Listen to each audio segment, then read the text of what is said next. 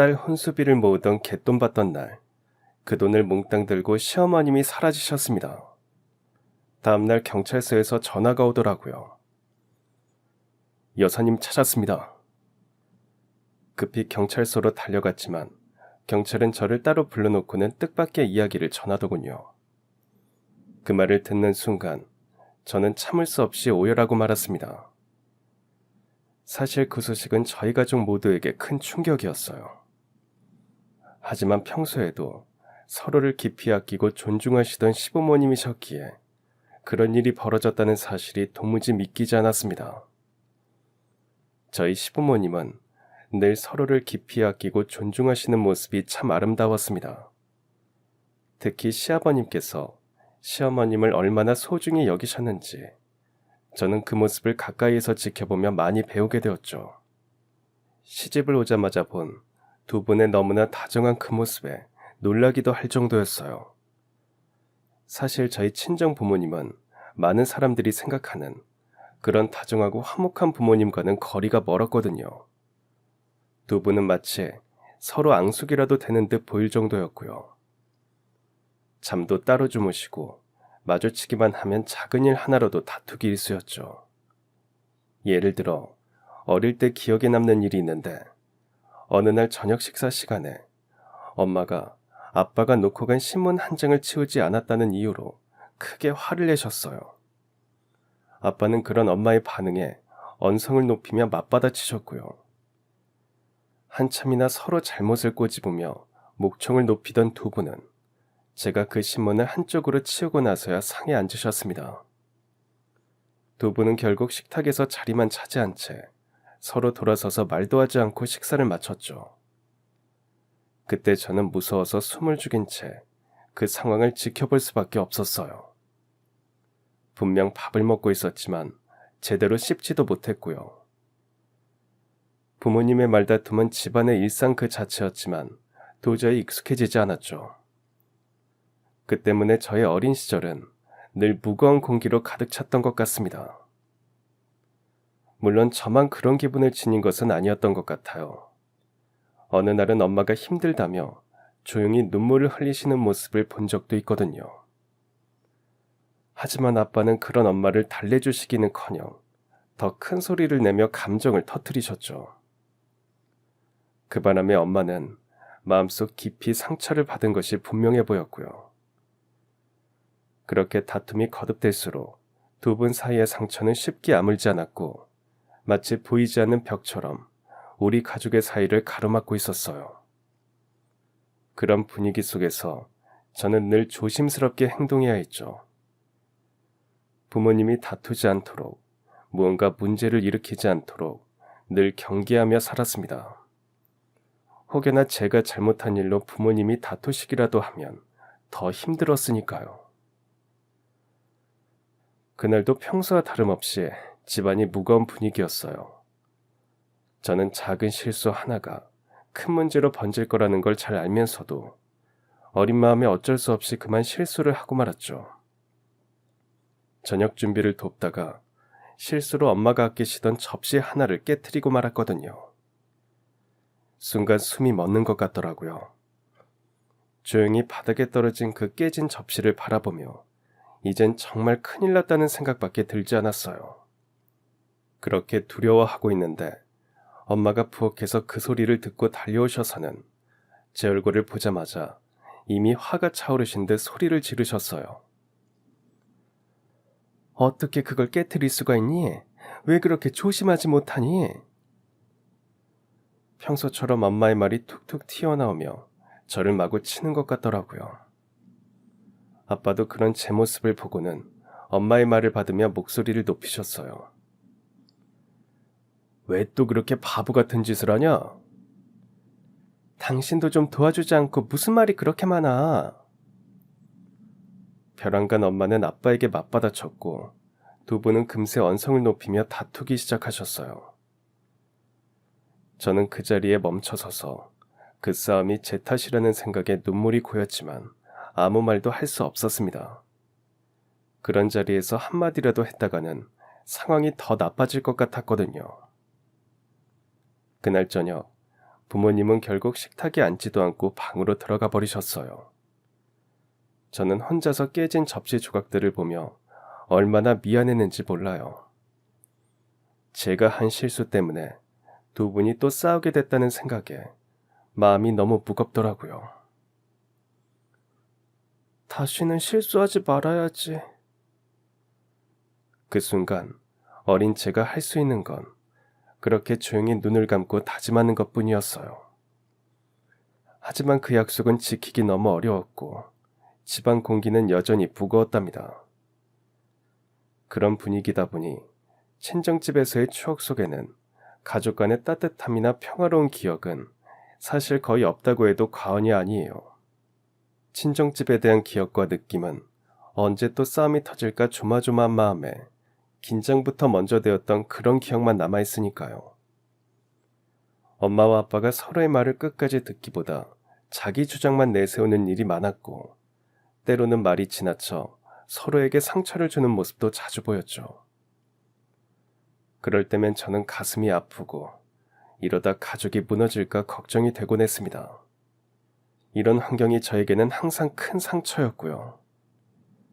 그 바람에 진정한 가족이란 무엇인지, 따뜻함이란 무엇인지 잘 알지 못한 채 성장했던 것 같아요. 그때의 기억들은 지금도 가끔씩 마음 한켠을 무겁게 누르고 있고요.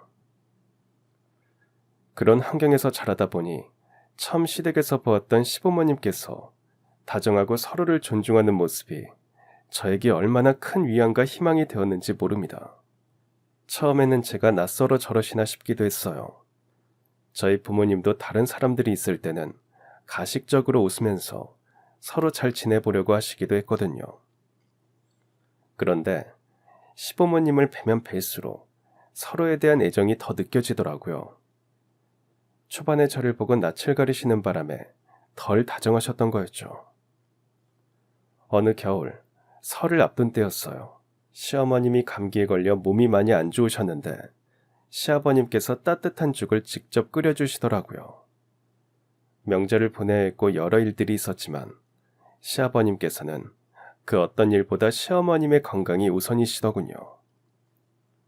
시어머님의 감기약과 물을 함께 곁에 챙겨드리는 것은 물론이고 이불도 몇 겹이나 덮어드리며 말씀하시는 모습이 참 다정하더라고요. 춥지 않게 꼭 따뜻하게 있으세요.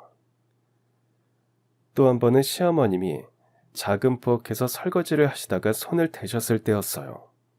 찬물을 데우느라 솥에 물을 담아 끓이다가 그렇게 되신 거죠. 함께 있던 저도 놀라 얼른 찬물을 담아 어머님 손을 담갔습니다. 그런데 거실에서 그 모습을 보신 시아버님은 주저없이 달려와 시어머님의 손을 부드럽게 감싸 안고는 상처에 약을 발라드리시는 겁니다. 괜찮아? 조금 천천히 하면 어때? 무리하지 말고 쉬어. 내가 한다니까. 그러면서 다정하게 다독여 주셨죠. 시아버님이 평소엔 말수가 적으셨지만 그 순간만큼은 시어머님의 작은 불편함에도 온 마음을 쏟으시는 게 느껴지더라고요. 두 분은 힘든 일도 늘 함께 하셨어요. 집안에 어려운 일이 닥쳤을 때도 시아버님은 시어머님의 의견을 먼저 물으시더라고요. 무슨 일이든 두 분이 손을 꼭 잡고 함께 해결해 나가는 모습이 주변 사람들의 부러움을 살 정도였습니다. 어떤 날에는 두 분이 작은 말 잔치에 나란히 손잡고 가셔서 지나가는 이웃들에게도 밝게 웃으며 인사하시는 모습도 참 보기 좋았죠. 시아버님은 시어머님을 향한 사랑과 존중을 행동 하나하나에 자연스럽게 담아내셨고 시어머님도 그런 시아버님 곁에서 언제나 든든하고 행복해 하셨습니다. 그 다정한 두 분의 모습은 저에게도 큰 귀감이 되었고 지금도 그 따뜻한 기억이 마음 깊이 남아 있습니다. 저에게도 그런 다정함이 느껴졌기에 두 분을 닮고 싶었어요. 남편은 그런 시부모님을 보고 자란 터라 항상 다정한 사람이고 저만 잘하면 시부모님만큼은 아니어도 저희도 그렇게 살 수 있을 것 같더라고요. 그런 저를 시부모님은 기특해 하셨는지 저를 예뻐해 주셨죠. 처음 시댁에 왔을 때만 해도 긴장되고 낯설기만 했던 저였지만 시간이 지나면서 시부모님과 저는 점점 더 가까워졌습니다. 처음에는 시부모님께서 저를 조금은 조심스럽게 대해주셨지만 그 속에서도 느껴지는 진심 어린 애정 덕분에 마음의 문이 조금씩 열렸죠. 어느 날이었어요. 제가 시댁에 도착한 지 얼마 되지 않아 갑자기 감기 기운이 심해져서 집안일을 제대로 할 수 없게 된 적이 있었거든요. 저는 눈치가 보여 제 할 일을 하려 애쓰며 아닌 척 견디고 있었죠. 그러다가 도저히 안 되겠어서 잠시 작은 방에 누웠습니다. 그때 시어머님께서 조용히 방에 들어오셔서 따뜻한 차를 건네주시더라고요. 어쩐지 얼굴이 안 좋더라니. 괜찮기는 뭐가 괜찮니? 그러다 큰일 나. 몸이 안 좋으면 무리하지 마. 언제든 편하게 쉬어야 해. 그렇게 다정하게 저에게 말씀하시면서 살뜰히 챙겨주셨습니다. 친정에서 겪던 것과 너무 다른 대우에 저도 모르게 눈물이 나더군요. 그리고 얼마 뒤에는 시아버님께서 저를 데리고 근처 산책을 나가자고 하셨어요. 평소 말씀이 적으신 분인데 그날은 걱정스러운 표정으로 다정하게 말씀해 주시더라고요. 너무 무리하지 말고 천천히 걸어야 해. 그러시더니 동네 구석구석을 돌며 남편 어릴 때 이야기를 들려주셨어요. 저를 처음 만났을 때 막내딸이 하나 더 생긴 기분이셨다는 말씀까지 하시면서요. 그 산책길에서 저는 시아버님의 따뜻한 마음을 온몸으로 느꼈고 마음 한구석이 촉촉해졌습니다. 시아버님의 말씀이 진심이라는 게 느껴졌거든요. 쑥스러운 듯 허허 웃으며 말씀하시는 모습에서 진솔함이 묻어났습니다. 그러다 또 한 번 큰일이 있었습니다. 시아버님께서 어느 날 갑자기 크게 다치셨다는 소식을 들었을 때였죠. 평소 건강이 좋지 않으셨는데 자식들 걱정한다고 말씀을 안 하셨대요. 그러다 어지럼증으로 쓰러지시면서 여기저기 긁히고 다치신 겁니다. 소식을 듣고 서둘러 병원에 달려갔는데 저도 모르게 눈물이 나더라고요. 그 와중에도 시부모님께서 서로를 부둥켜 안고 위로하시는 모습을 보며 진정한 가족이란 이런 모습이구나 하고 새삼 깨달았습니다. 병원에 도착했을 때 시어머님은 이미 피곤한 기색이 역력했지만 한치의 걱정도 감추지 못하고 계셨거든요. 손에 든 병원 서류들은 구겨져 있었으며 눈가에는 눈물이 고여 있었습니다. 걱정하지 마. 금방 나으실 거야. 우리 남편이 얼마나 강한지 알아? 그 말씀을 하시며 떨리는 손으로 시아버님의 손을 꼭 잡고 계셨죠. 시아버님은 창백한 얼굴로도 환한 미소를 지으려 애쓰셨습니다. 그날은 평소보다 한마디 한마디가 힘있고 진심이 담겨 있었습니다. 아유, 미안하다. 모두 걱정 끼쳐서. 내가 너무 강한 척만 했나 보다. 강한 것도 좋지만 때로는 기대도 해야죠. 우리가 있잖아요. 시아버님의 말에 시어머니는 고개를 살며시 끄덕이며 그렇게 말씀하셨습니다. 그 모습을 보며 저도 모르게 눈물이 흐르기 시작했어요. 그 순간만큼은 가족이라는 단어가 가진 깊은 의미를 온몸으로 느꼈고 그 감동이 지금도 마음속에 선명하게 남아있습니다. 저는 시어머님께 다가가 손을 잡고 말했습니다. 저도 힘이 될 수 있게 더 자주 찾아뵐게요. 시어머님은 그런 저에게 미소를 지으며 말씀하셨죠. 그래, 덕분에 마음이 든든해졌어. 고맙다.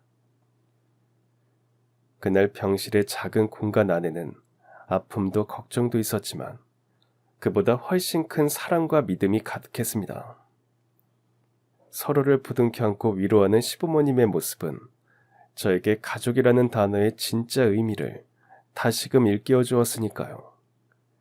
그리고 그 순간부터 저도 그 다정한 마음을 닮아가고 싶다는 다짐을 더 굳게 하게 되었습니다. 그 후로는 시부모님을 위해 제가 할 수 있는 작은 일부터 시작했습니다. 명절에는 조금이라도 먼저 달려가 준비를 돕고 시어머님이 좋아하시는 반찬을 직접 만들어 가기도 했어요. 시부모님께서는 제 손길 하나하나를 감사해 하시며 칭찬을 아끼지 않으셨죠. 덕분에 집안이 한층 더 따뜻해졌다. 종종 함께 앉아 차를 마시며 이런저런 이야기를 나누곤 했고요. 그런 시간들을 통해 서로의 이야기에 귀 기울이고 때로는 웃고 때로는 진지하게 대화를 이어가는 그 시간이 저는 정말 소중하게 느껴졌습니다. 저를 향한 시부모님의 애정이 느껴지는 말씀을 듣는 게 너무 좋았거든요. 시부모님께서 저를 예뻐해 주시는 마음 덕분에 저도 더 많이 사랑을 배우고 남편과도 더 따뜻한 가정을 만들어가고 있었답니다. 그 따뜻함이 저에게 얼마나 큰 힘이 되는지 모르실 거예요. 시부모님께 받은 그 사랑과 존중을 잊지 않고 저도 가족에게 두 분처럼 그런 든든한 버팀목이 되고 싶었습니다. 그래서 더 열심히 살았고요. 딸 하나 아들 하나 낳아 기르면서 제가 친정 부모님께 받지 못한 사랑보다 시부모님을 보고 배운 사랑을 전해주려고 노력도 했어요. 그 덕분인지 저희 딸과 아들도 다들 착하게 잘 자랐고요. 할머니 할아버지에게도 예의 바르게 정을 잘 표현하는 아이들이니까요. 시부모님은 손주들에게도 사랑을 잘 표현하시는 분이라 아이들도 느꼈겠죠. 우리 아이들이 자라면서 시부모님과 더 가까워지는 모습을 보는 게 저에겐 큰 기쁨이었어요. 아이들이 할머니 할아버지를 찾아가면 언제나 반갑게 맞아주시고 아이들도 자연스럽게 할머니 할아버지 품에 안기며 웃음을 터뜨리곤 했거든요. 특히 명절이나 주말이면 아이들과 함께 시댁에 가서 손주들과 시간을 보내시는 시부모님 모습을 보면 마음이 참 따뜻해졌고요.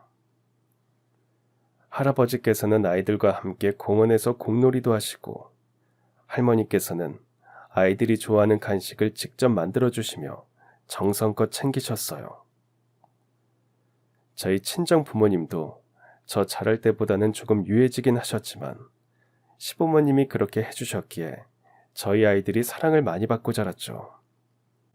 아이들은 그런 사랑을 듬뿍 받으며 자라서인지 서로를 배려하고 할머니 할아버지를 존경하는 마음이 자연스레 커지는 것 같아요. 저도 아이들이 시부모님께 마음을 표현할 때마다 참 흐뭇하고 뿌듯했습니다. 할머니 할아버지 사랑해요. 큰 소리로 말하는 아이들의 순수한 마음이 저에게도 큰 행복과 힘이 됐고요. 아이들이 잘 자라 어엿한 어른이 되는 모습을 보며 감사했습니다. 그렇게 우리 가족은 서로를 존중하고 사랑하는 마음으로 하루하루를 쌓아갔죠. 시부모님과 함께하는 소중한 시간들이 계속 이어지길 진심으로 바라면서요. 그런 분들이 갑자기 곁에 없다는 사실이 우리 모두에게 너무 큰 상실이 되더군요. 조금 안 좋은 곳이 있기는 했지만 특별한 질병이 있는 게 아니었기에 더 오래 저희 곁에 계시지 않을까 생각했었으니까요.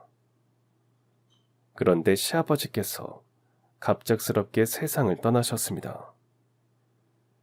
전날 저녁, 저희 가족은 평소처럼 일상을 함께 보내고 있었습니다. 시댁에 가지는 않았지만 시부모님과 아이들이 통화를 했고요. 어릴 때부터 매일은 아니더라도 자주 통화를 하게 했더니 시댁에 가지 않으면 시부모님께 전화를 해서 미주알 고주알 이야기를 잘하거든요. 그 모습이 너무나도 평소와 다름없어서 누구도 다음날 닥칠 일을 전혀 예상하지 못했답니다. 다음날 아침 휴대전화가 울렸을 때 저는 얼떨떨한 마음으로 전화를 받았습니다. 너희 아버지가 숨을 안 쉰다.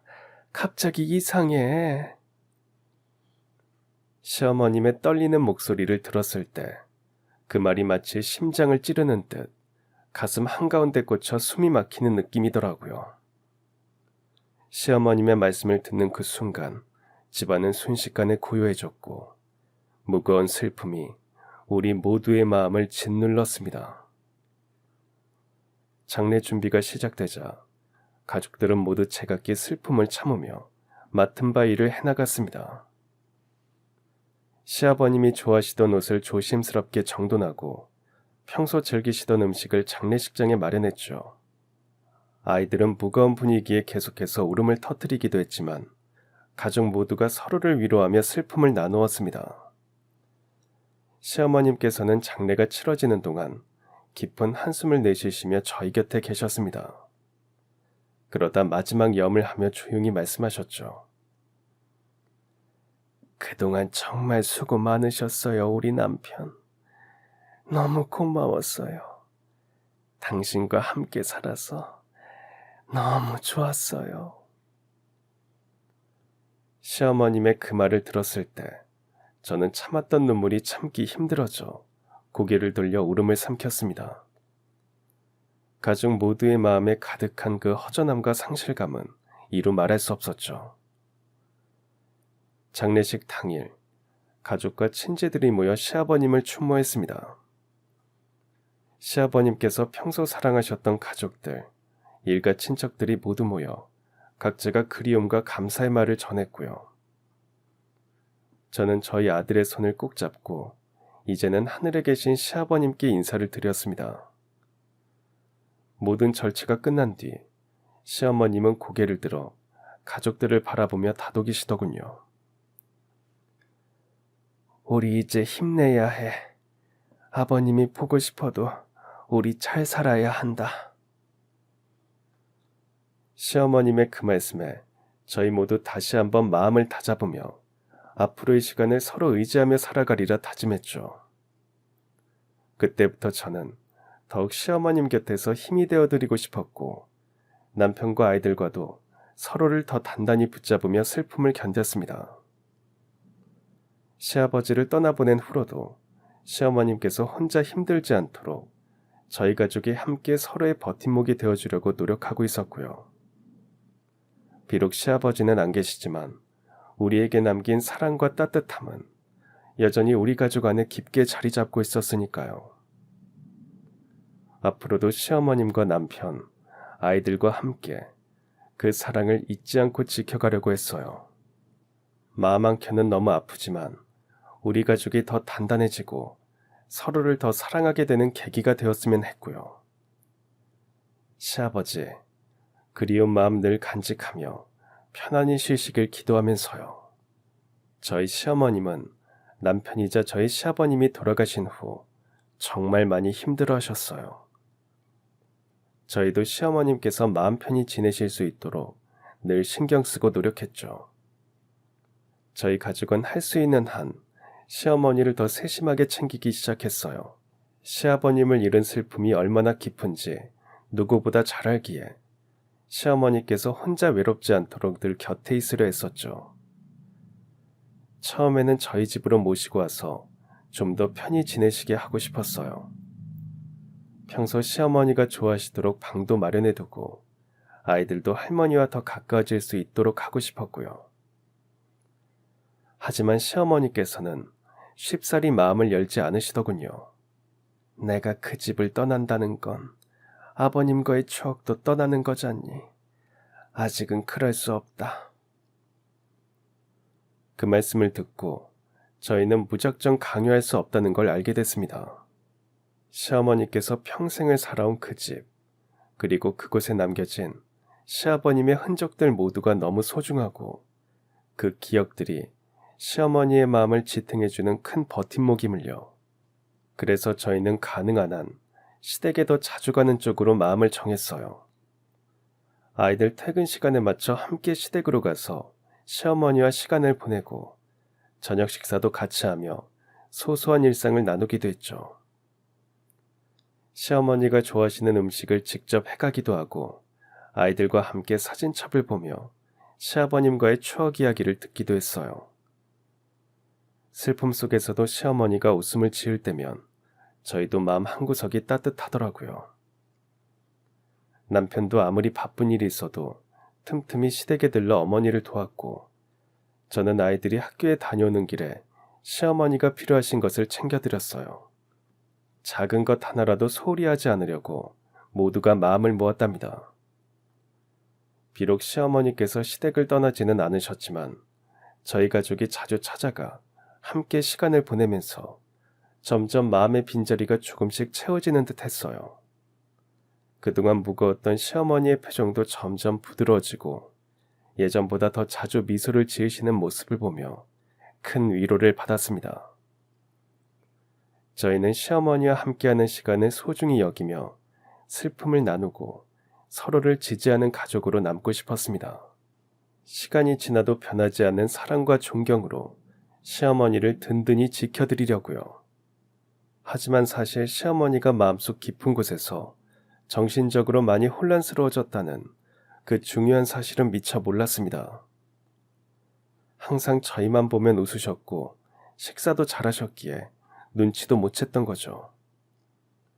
그러다 그 사실을 알아채는 사건이 터지고 나서야 후회를 하게 되었어요.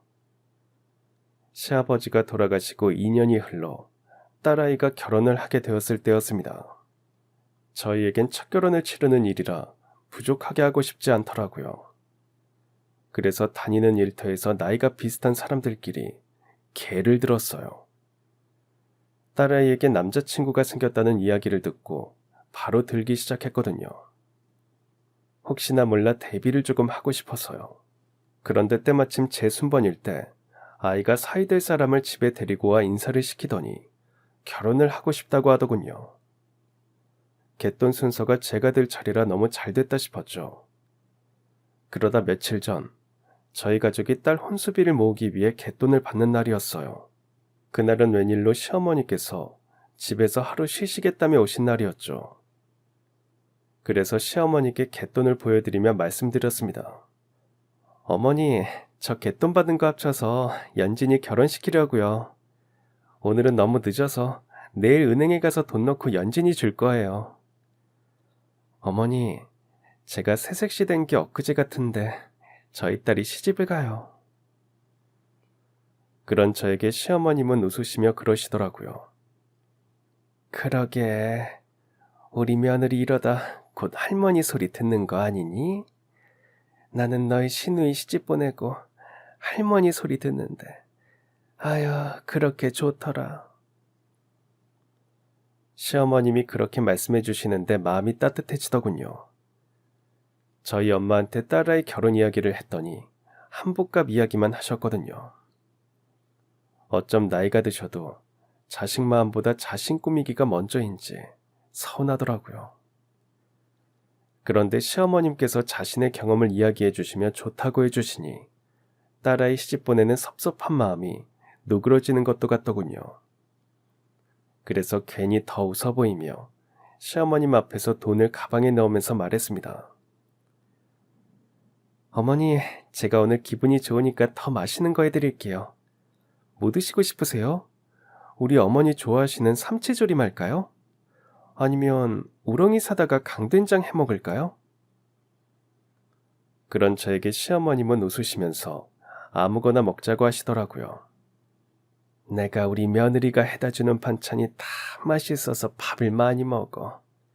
이제는 입에 붙어서 뭐가 됐든 다 맛있어. 다 좋다. 그런 시어머님께 콩나물국 끓여서 삼치조림을 해드렸습니다. 시어머님은 정말 밥 한 톨도 남기지 않고 다 드시더라고요. 가족들도 잘 드시는 시어머님을 보며 기분 좋게 식사를 마쳤죠. 우리 며느리 솜씨가 어찌나 좋은지 밥이 꿀맛이다. 그래도 이렇게 여럿이 먹으니까 좋기는 하네. 너희 아버지도 좋을걸. 시어머님의 말씀에 다들 마음이 좋기도 하고 슬프기도 해졌습니다. 티 없이 웃으시는 시어머님의 모습이 좋다가도 시아버님 이야기에 슬퍼졌으니까요. 그래도 그날 저녁 시어머님과 함께한 식사 자리는 정말 평화로웠습니다. 밥상 위에는 제가 정성껏 준비한 삼치조림과 콩나물국, 그리고 제철나물 반찬들 정도로만 차린 상이었지만 매우 만족스러웠고요. 시어머님은 젓가락을 들 때마다 참 맛있다며 웃음을 감추지 못하셨어요. 가끔은 시어머님이 젊었을 때 이야기를 꺼내시며 옛날 일들을 조곤조곤 말씀하셨고, 저희 가족들은 그 이야기에 귀 기울이며 자연스럽게 웃음꽃을 피웠죠. 딸아이도 시어머님과 손을 잡고 이야기를 나누었고, 남편은 옆에서 조용히 그런 두 사람의 모습을 흐뭇하게 바라보았습니다. 우리 어머니 이렇게 웃으시는 모습 보니 정말 다행이다 싶어요. 저도 조심스레 말씀드리자 시어머님은 고개를 끄덕이며 살며시 미소를 지으셨어요. 저녁 내내 집안은 따뜻한 온기로 가득했고 서로의 마음을 조금씩 더 이해하고 가까워지는 시간이 되었습니다. 식사를 마치고 나서는 다 같이 거실에 모여 차를 마셨죠. 시어머님께서 좋아하시는 쌍화차를 끓여드리니 손끝에 전해지는 그 따뜻함에 모두가 마음까지 녹는 듯 했어요. 앞으로도 이렇게 자주 모이자. 시어머니가 조용히 말씀하셨고 저희 모두 그 말에 힘주어 고개를 끄덕였습니다. 딸아이 결혼 준비에 분주하지만 이렇게 가족이 한자리에 모여 서로를 배려하며 보내는 시간 덕분에 마음 한켠의 걱정이 조금은 덜어진 것 같았죠. 어느새 밤이 깊어 시어머니가 편안한 얼굴로 하신 말씀이 저희 마음에 깊이 남았습니다. 이런 날이 많았으면 좋겠다. 앞으로도 가족 모두가 서로의 마음을 헤아리며 작은 일에도 감사하고 행복을 느낄 수 있는 그런 날들이 계속되길 바라며 잠이 들었죠. 그런데 다음날 아침 갯돈이 몽땅 사라졌다는 사실을 알게 됐습니다. 출근 전에 은행에 들러 돈을 입금하려고 일어나자마자 돈부터 확인했는데 아무리 가방 속을 뒤져도 돈이 없는 겁니다. 깜짝 놀라 시어머니가 주무시는 방문을 두드리며 말을 했죠. 어머니, 혹시 제가 갯돈 가져온 거 못 보셨나요? 그렇게 말하며 방을 살피는데 시어머니가 안 계신 겁니다. 놀라서 방에서 나와 집안 여기저기를 살폈지만 시어머니는 안 계시더라고요. 돈도 없어지고 시어머님도 안 계시니 정말 팔짝 뛰겠더군요. 혹시나 싶어 시댁으로 전화를 드렸는데도 받지 않으셨어요. 얼른 시댁으로 찾아가 봐도 안 계시더군요. 돈이야 분명 집에 뒀으니 있으리라 믿었지만 시어머님이 갑자기 방에 안 계시고 시댁에도 안 계시니 정말 큰일이라는 생각이 들었습니다. 점점 커지는 불안을 참지 못하고 결국 경찰서에 전화를 걸었어요. 남편은 하룻밤 정도는 기다려보자고 했지만 저는 안 되겠더라고요. 안녕하세요. 제 시어머니가 갑자기 안 보이셔서 걱정이 돼서요. 실종 신고를 하고 싶습니다. 경찰분들은 침착하게 제 말을 들어주셨고 몇 가지 질문을 하셨어요. 시어머니의 인상착의, 마지막으로 시어머니를 뵌 시간과 장소, 평소 건강 상태 등 가능한 모든 정보를 최대한 자세히 전했죠. 아무래도 연세가 있으신 분이다 보니 실종의 가능성을 놓칠 수 없으니까요. 그 다음 날까지 초조한 마음으로 전화를 계속 기다렸어요. 몇 시간이 아니라 몇 분조차 너무 길게 느껴지더라고요. 그러던 중 갑자기 휴대전화 벨소리가 울렸고 화면에 모르는 전화번호가 떴어요. 심장이 마구 두근거리며 전화를 받았습니다. 김은정 여사님, 실종 신고자분 맞으시죠? 네, 맞습니다. 시어머니 찾았습니다. 무사히 계십니다. 그 한마디에 가슴에 있던 무거운 돌덩이가 내려앉는 것 같더라고요. 시어머니를 찾았다는 그 말에 안도의 한숨이 절로 나왔고 한동안 말문이 막혔죠. 어떻게, 어디서 찾으셨냐는 질문보다도 무사하다는 소식이 너무나 고마웠습니다. 급히 경찰서에 달려갔는데 시어머님이 저희를 못 알아보시는 겁니다.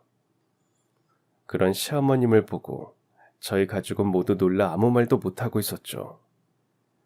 그러고 있는데 경찰 한 분이 저를 따로 불러 조용히 말씀하시더라고요. 혹시 실종자분이 치매 있으신 거 알고 계셨냐고 하시더군요. 저는 깜짝 놀라 아니라고 손짓까지 휘저으며 말씀드렸습니다. 아니에요.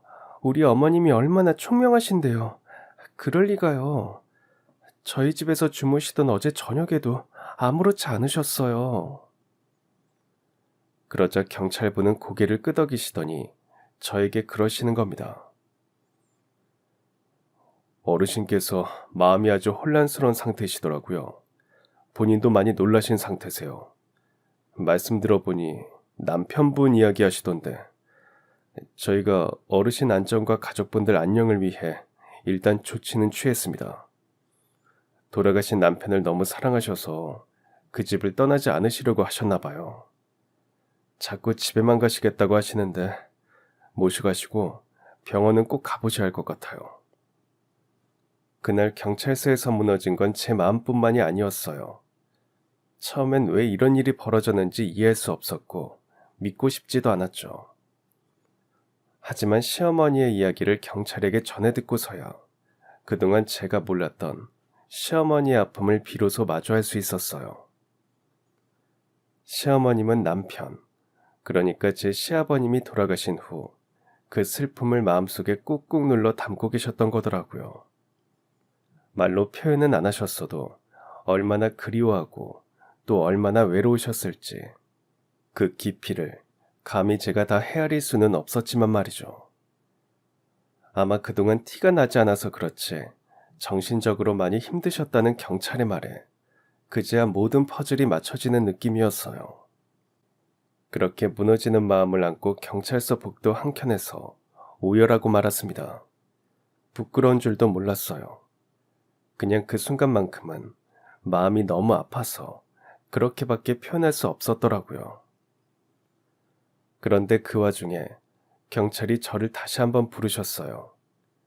그리고는 정말 믿을 수 없는 말씀을 하시더라고요.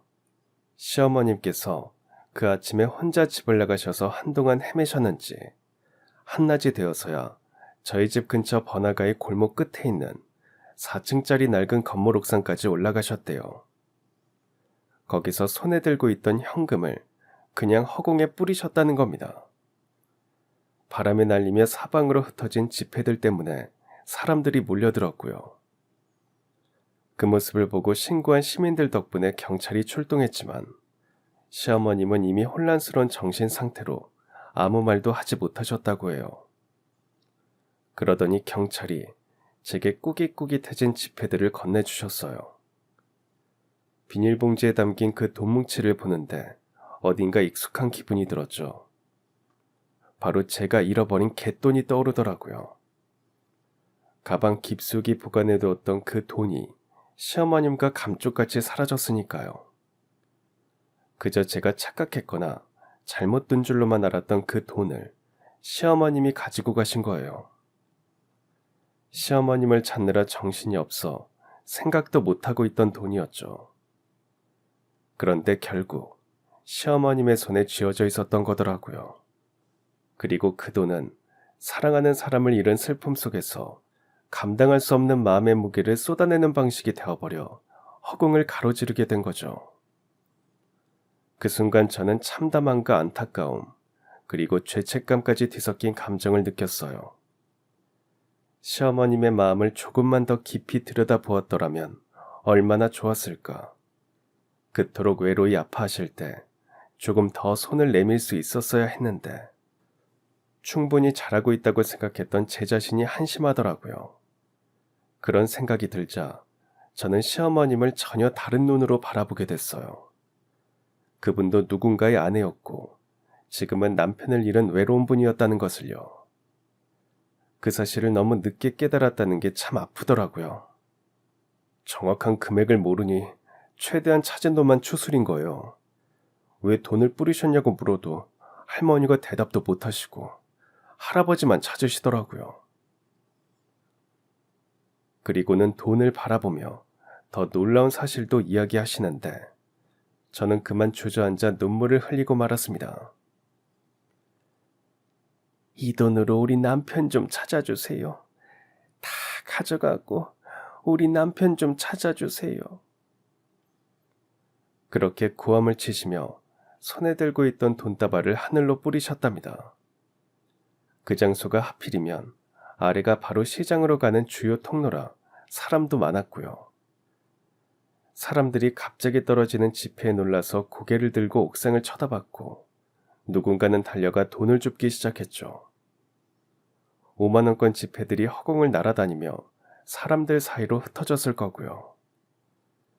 그 광경을 본 누군가는 핸드폰을 꺼내들었고 또 누군가는 소리를 질렀고 그야말로 한바탕 난리가 났던 겁니다. 당시 시어머님이 뿌린 제 갯돈은 무려 3천만 원이나 됐습니다. 가방 안에 차곡차곡 넣어두었던 돈다발이었고 장기간 모아둔 딸아이 결혼 자금이었죠. 그 많은 돈이 시장 입구 근처 도로 위, 가게 지붕 위, 심지어 자동차 본네트 위까지 퍼졌답니다. 그런데 그 상황에서도 놀라운 일이 벌어졌대요. 사람들이 돈을 주워가기는커녕 하나둘 모아서 경찰에게 가져다 주기 시작한 거예요. 누가 먼저 시작했는지는 아무도 모르지만 누군가가 외치기 시작한 거죠. 아유, 이거 경찰에 갖다 줘야 하는 거 아니야? 아직 가져가지 마세요. 그 말에 동조한 시민들이 떨어지거나 날리는 지폐를 주어 손에 쥔 채 출동한 경찰 쪽으로 걸어가기 시작했던 겁니다. 경찰은 사건을 접수하고 현장에서 수거한 돈과 시민들이 돌려준 금액을 하나하나 확인했다고 했습니다. 그 과정에서 일부는 바람에 날려 멀리까지 갔고 가게 천장에 걸린 것도 있었지만 결국 500만 원을 제외한 전액이 원래대로 돌아왔다고 하시더군요. 그중 한 분은 그러시더래요. 아무래도 할머니가 정신이 안 좋으신 것 같은데 잘 챙겨주세요. 할아버지 뭐라고 하시는데 무슨 소린지는 모르겠더라고요.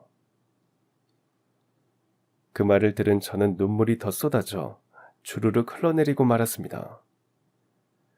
세상에 누가 하늘에서 돈이 우수수 떨어지는데 그게 자기 돈이 아니라며 모아서 경찰에 찾아주라고 하겠습니까? 말 그대로 하늘에서 돈벼락이 떨어지는 거잖아요. 그런데도 저에게 돌아온 돈은 500만 원 정도가 비는 액수였습니다. 시어머님이 옥상에서 돈을 이리저리 뿌리셨다 보니 하수구 같은 틈새로 흘러 들어간 것도 있었나 봐요. 그런데도 저는 그 돈이 하나도 아깝지 않았습니다. 물론 큰 돈이고 그 돈을 모으기 위해 개를 부으며 허리띠를 졸라매고 아꼈던 고생들이 있긴 했지만 그 정도만 찾은 것도 하늘이 도운 것 같았죠. 딸아이에게 그만큼 더 좋은 것을 못 해준다고 해도 저는 돌아온 그 돈이 너무 값진 돈이라는 생각이 들더라고요. 그런 저에게 정말 천복이 내린 듯한 일이 또 벌어졌습니다. 며칠 뒤 경찰에서 다시 전화가 걸려왔거든요. 제가 다 못 받은 갯돈을 한 기업가 분께서 선뜻 내어주셨다는 소식이었습니다. 지역신문을 통해 저희 일을 기사로 읽고 돕고 싶다고 먼저 연락을 주셨다고 하더라고요. 저는 솔직히 그날 경찰서에서 들은 말도 믿기지가 않는 상태였습니다. 세상이 이렇게 아름답다는 걸 너무 잊고 살았나 싶고 나 같으면 그렇게 했을까 싶기도 했으니까요. 그로부터 며칠 후 경찰서에서 전화가 또 걸려왔을 때만 해도 혹시나 남은 돈이 더 발견된 건가 싶어 조심스럽게 받았을 뿐이었죠. 솔직히 돈을 더 찾았다는 말만으로도 감사한 일이었으니까요. 하지만 단순히 그것만이 아니었습니다. 전화 너머로 들려온 경찰의 목소리는 도저히 실감이 나지 않았습니다. 어느 기업가 분께서 이번 일을 신문을 통해 접하셨대요. 도움을 주고 싶다 하시면서 저에게 연락을 주셨더라고요. 분실된 500만 원을 기부하고 싶으시대요. 그 말에 저는 말문이 막혀 아무 말도 못하고 한참을 멍하니 있었어요. 저희 가족은 우리 형편에 맞춰 딸아이 결혼을 준비하기로 마음먹었고 시어머님 탓을 하지 말자고 스스로를 다스리고 있었거든요. 혹여 딸아이가 서운할까봐 넌지시 물었을 때 딸아이는 이렇게 말했었죠. 엄마, 나는 할머니가 무사히 돌아오신 것만 해도 다행이야. 그리고 나도 모은 돈 있고 조금 낮춰서 준비하면 다 할 수 있어. 그러던 찰나에 받은 경찰의 전화에 심장이 뛰고 손이 떨려 아무 말도 할 수 없었습니다. 경찰분은 잠시 기다리시더니 그분이 남기신 말씀을 전해주셨어요. 직접적인 인사는 받지 않겠습니다. 그냥 이 돈이 잘 전달되기만 하면 됩니다. 돌아가신 저희 어머님도 치매를 앓으셨기에 마음이 쓰여 돕고 싶습니다. 그 한마디에 제 눈에서는 또 눈물이 쏟아졌습니다. 그렇게 큰 돈을 아무 조건도 없이 이름도 밝히지 않고 건넨다는 게 얼마나 어려운 일인지 너무도 잘 알고 있었으니까요. 도대체 어떤 마음을 가진 분이실까 싶어 어쩔 줄을 모르겠더라고요. 저는 50이 넘도록 경품 추첨 하나 당첨된 적 없고 행운 같은 건 내 삶과는 거리가 멀다고 생각하며 살아왔거든요. 그런 제가 이런 기적 같은 도움을 받게 되다니 믿을 수 없을 정도였죠. 이제 그 돈은 단순한 돈이 아니게 되었더라고요. 저에겐 오랜 시간 참고 아끼고 소중히 모았던 딸아이의 결혼 자금이었죠. 그리고 우리가 미처 보지 못했던 시어머님의 상처와 우리 가족의 눈물과 마음이 담긴 그야말로 무게 있는 돈이 되어버린 거였으니까요. 그런 돈을 그렇게 뜻밖의 방식으로 다시 채워주신 그분의 마음이 어쩌면 우리 가족에게 보내는 작은 기도 같다는 생각이 들었어요. 잊지 말고 살아가라고, 함께하는 사람의 마음을 더 들여다보며 살아가라고, 그렇게 말없이 손을 내밀어 주신 거겠죠. 저는 그날 이후로 매일 아침 기도합니다. 그분께서 어디에 계시든 하시는 일이 다 잘 풀리시고 그 따뜻한 마음 덕분에 또 다른 누군가도 용기를 낼 수 있게 되기를요. 그리고 저는 딸아이의 결혼을 준비하면서 이 일이 우리 가족의 아픈 시간과도 같았다는 걸 느꼈습니다. 그와 동시에 사람의 따뜻함이 얼마나 큰 힘이 될 수 있는지를 알게 되었죠. 그래서 우리에게 가장 소중한 기억으로 간직하려고 했습니다. 그날 하늘에서 떨어진 건 어쩌면 돈이 아니라 잊고 살던 사람의 온기였는지도 모르겠다는 생각이 들고 그저 너무 감사할 뿐이니까요. 그동안 힘든 마음을 드러내지 않으시려고 애쓰셨던 시어머니의 모습을 조금씩 더 알게 된 것만으로도 다행이고 감사한 일이었고요. 저희 가족 모두는 더욱더 시어머니 곁에서 위로와 사랑을 드려야겠다는 다짐을 했습니다. 시어머니는 그 후로 며칠간 말도 없이 방에만 계셨어요. 아마도 후회와 놀람이 뒤섞이셨겠죠. 그래서 저희 가족은 시어머니가 그 집을 떠나지 않기를 원하시는 마음에 맞춰 시어머니 바로 옆집으로 이사를 했습니다. 시어머니가 간직하고 싶으신 시아버님과의 추억을 건드리지 않기 위해서 여러 방면으로 알아보고 있었거든요.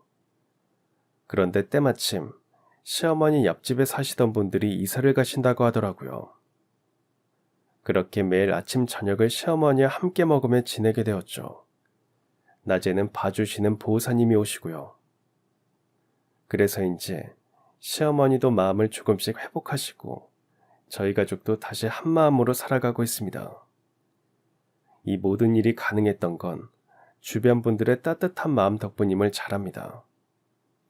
저는 그날 시민분들이 보여준 양심과 행동이 아직도 잊히지 않아요. 시끌벅적했던 그 길목에서, 그 소란 속에서 누군가는 묵묵히 돈을 주어 경찰에게 가져가던 모습을 생각하면 벅차오름이 느껴지죠. 사람 사는 세상에 아직은 희망이 있다는 걸 그날 저희 가족은 다시 한번 배웠습니다. 그리고 받은 도움에 보답하고자 매달 조금씩 기부도 하며 지내고 있습니다. 힘든 순간이었지만 결국 모두가 함께 마음을 모아 어려움을 극복할 수 있었던 감사한 일이었기에 저희도 돌려드리고 싶어서요. 그리고 시부모님 두 분이 함께 나누었던 따뜻한 시간들을 기억하며 저희도 시어머니가 다시 웃음을 되찾으실 수 있도록 끝까지 함께 하려고 합니다. 앞으로도 시어머니를 정성껏 모시며 살아갈 거고요. 그날 이후 우리 가족의 삶은 조금씩 달라졌습니다. 무언가를 잃기도 했지만 사실은 많은 것을 얻은 시간이었습니다. 우리는 시어머니의 아픔을 이해하게 되었고 그분이 지닌 슬픔과 외로움을 있는 그대로 받아들일 수 있게 되었죠. 누군가는 이 일을 단순한 사고나 실수라고 말할지도 모르지만 우리에게는 그 모든 순간이 소중한 배움이자 성장의 시간이었습니다. 사람은 언제나 완벽하지 않기에 서로 기대고 또 채워주는 게 가족이 아닐까 싶어요. 하늘에서 돈이 흩날리던 그 기묘한 하루는 단지 돈의 문제가 아니라 사랑하는 이를 잃은 한 사람의 절절한 그리움이 터져나온 순간이었습니다.